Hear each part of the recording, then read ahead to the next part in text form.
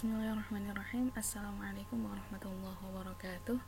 Kaifa halukum ya qulau? Asallahu ayyahfallakum jami'an.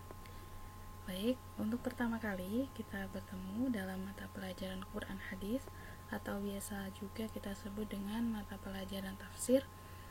Kali ini saya berkesempatan untuk bertemu dengan teman-teman kelas 10 semua untuk mengampu mata pelajaran ini. Jadi sebelum kita nanti masuk pada materi bab 1 hingga bab 6, terlebih dahulu kita berkenalan dengan mata pelajaran Quran Hadis serta apa saja yang harus kita ketahui dari pelaksanaan pembelajaran Al-Quran Hadis ini.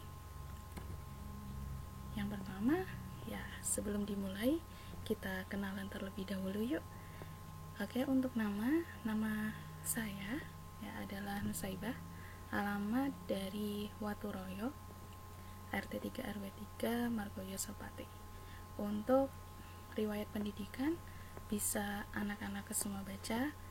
Kebetulan dulu alumni MA Salafiyah Kajen, melanjutkan di UIN Sunan Kalijaga dan melanjutkan studi kembali di IAIN Kudus.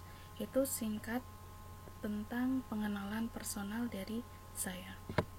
Selanjutnya kita akan berkenalan dengan mata pelajaran Quran Hadis ini. Apa saja yang nanti kita ketahui? Yang pertama, sumber belajarnya apa, media yang digunakan apa, serta sikap yang harus kita perhatikan, dan garis besar dari materi Quran Hadis kelas 10 semester 1 yang akan kita lalui ini. Yang pertama, mengenai sumber belajar ini kita bagi menjadi dua. Ada sumber belajar utama dan sumber belajar pendukung. Untuk yang utama tentu nanti kita menggunakan buku paket Al-Quran Hadis kelas 10, khususnya KMA 183. Kalau misalnya anak-anak semua memiliki buku Quran Hadis yang versi lama, itu bisa digunakan. Nanti silahkan disesuaikan kontennya dengan KMA 183.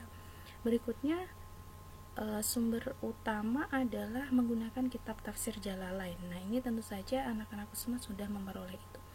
Untuk sumber pendukung, nanti jika memang ada LKS, silahkan bisa digunakan.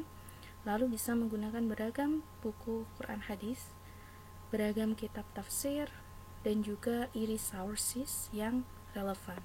Jadi dari sumber internet yang relevan, yang sumbernya jelas, nanti bisa dijadikan sebagai referensi atau sumber belajar. Selanjutnya, media apa saja yang akan digunakan?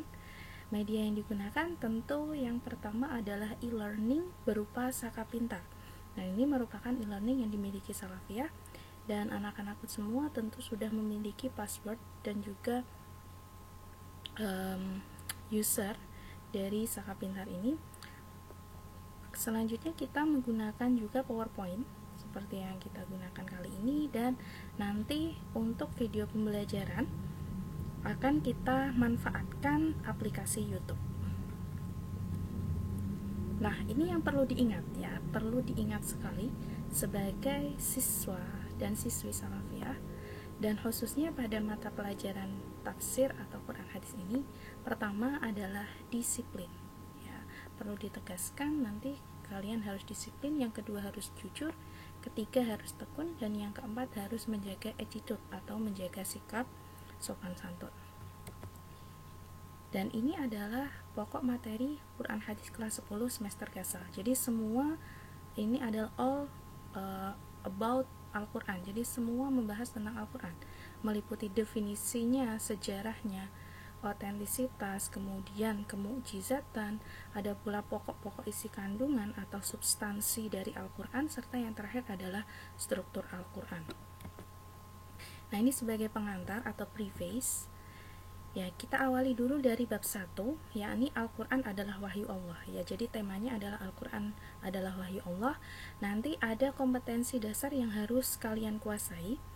Yang pertama, nanti diharapkan kalian dapat menganalisis pengertian Al-Quran dan wahyu menurut para ulama.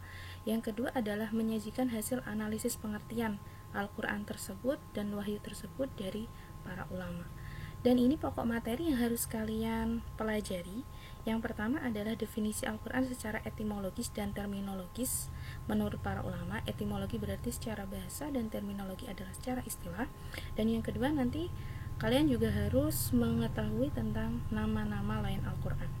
Nah, nanti materinya akan saya sajikan.